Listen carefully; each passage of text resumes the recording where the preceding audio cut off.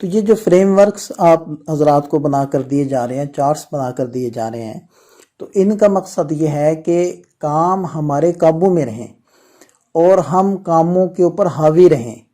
یعنی ایک تو یہ نظریہ ہوتا ہے، یہ ذہن ہوتا ہے کہ جی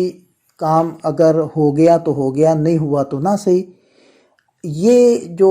ذہنیت ہے یہ بالکل ٹھیک نہیں ہے، بلکہ ذہنیت یہ ہونی چاہیے کہ میں نے یہ کام کرنے ہیں، بہر صورت کرنے ہیں۔ تو اسی مقصد اور غرض کے لیے یہ فریم ورکس بنائے جاتے ہیں، چارٹس بنائے جاتے ہیں، تاکہ کام ہمارے قابو میں رہیں اور کام ہم لازمی کریں۔ البتہ اوقات کے پیش نظر ہم کمی بیشی اور آگے پیچھے کر سکتے ہیں۔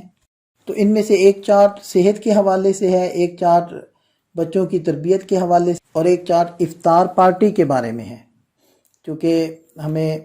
باہر کے کسی مہمان کی ہم نے اگر افطار پارٹی کر رکھی ہے تو اس کو کیسے ہم نے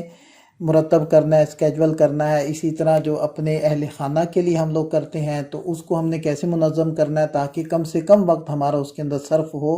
تو یہ اس کی بابت چارٹ بنایا گیا ہے۔ دیکھیں، اس ساری کاوش کا مقصد اور حاصل یہ ہے کہ ہم اپنی ذات کے اندر تبدیلی لائیں، اور یہ عبادت کا مہینہ ہے، ان لمحات کو قیمتی بنائیں، اور جو اہداف ہم نے اپنے لیے طے کیے ہیں، سوچے ہیں، ہم ان کو اپنے عمل میں لا پائیں اور ان اہداف کو ہم حاصل کر سکیں۔ اس لیے اہداف ہمارے ایسے ہونے چاہیے کہ جن کو آسانی سے ہم حاصل کر بھی سکیں۔ اور دیکھیں کہ کچھ نہ کچھ کوتاہی تو پھر بھی ہونی ہے۔ اگر آپ نے 10 قرآن کا ٹارگٹ رکھا ہوا تھا تو ضروری نہیں ہے کہ آپ اس کو پورا کر پائیں، یقیناً اس میں کمی ہو جائے گی، لیکن کمی کے ہو جانے سے ہمیں دل شکستہ نہیں ہونا چاہیے، تسلی رکھنی چاہیے، اس لیے کہ کوئی بھی بندہ وہ کامل تو ہے نہیں، اور جو بھی انسان سوچ لے اس کو کر بھی پائے۔ بہرحال تقدیر تو ہمارے ہاتھ میں نہیں ہے، اور پھر مسائل اور آفات اور بلایا اور صحت کے مسائل وہ سارے ہمارے ساتھ ہیں، تو ہم جو رہ جائے گا اس کی تلافی کی کوشش کریں گے، لیکن آخر میں استغفار بھی کریں گے کہ جو اس میں کوتاہی ہو گئی ہے، ہم ٹارگٹ کو پورا نہیں کر پائے، یا جو ہم نے کیا ہے اس کے اندر جو کوتاہیاں ہوئی ہیں اللہ تعالیٰ سے اس کی معافی بھی مانگنی ہے۔ تو بہرحال اس سے دل شکستہ نہیں ہم نے ہونا، تو ٹارگٹ بھی آسان رکھنے ہیں، اور ماحول بھی ہم نے فرینڈلی بنا کر رکھنا ہے، ماحول میں گرمائش نہیں ہم نے آنے دینی، نہ اپنے اوپر اتنی سختی کرنی ہے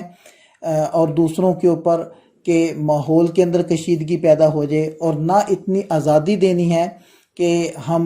خود بھی عبادات سے کترا رہے ہوں اور ہمارے ماتحت بھی وہ صحیح معنی میں رمضان کی قدر نہ کر رہے ہوں۔ ایک دوسرے کو آگے بڑھانے کا ماحول بنانا ہے، ایک دوسرے کو تھپکی دینی ہے اور ایک دوسرے کا معاون بننا ہے۔